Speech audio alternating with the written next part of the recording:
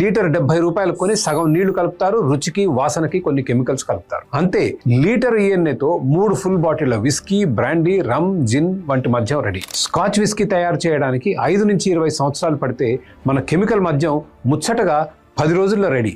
Royal stag విస్కీని ఉదాహరణగా తీసుకున్నాను. 135 రూపాయలకు కంపెనీ నుంచి ఫుల్ బాటిల్ విస్కీ కొంటుంది ప్రభుత్వం. ఇక ఇక్కడి నుంచి పన్నుల పర్వం మొదలు. అఫీషియల్ ఎక్సైజ్ డ్యూటీ 58 రూపాయలు, special excise cess 42, additional excise duty 156, ప్రభుత్వ రంగ బెవరేజెస్ కార్పొరేషన్ మార్జిన్ 40 రూపాయలు. వెరసి రీటైల్ ధర 431 రూపాయలకు చేరుతుంది. పన్నుల బాధుడితో 431కి చేరిన ధర మీద మరో 70% వ్యాట్, అంటే పన్ను మీద పన్ను.